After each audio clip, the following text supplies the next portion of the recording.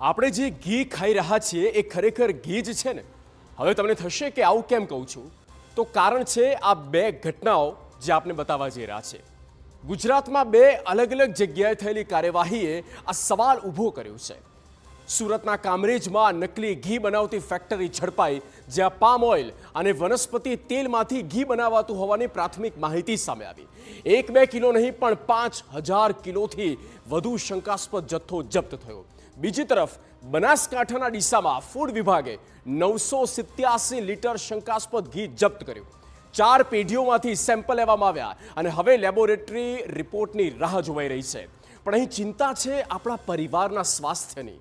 બજારમાં એ ચમકતું પેકેટ જોઈને આપણે ખરીદી લઈએ, પરંતુ અંદર શું છે એ ખબર નથી હોતી.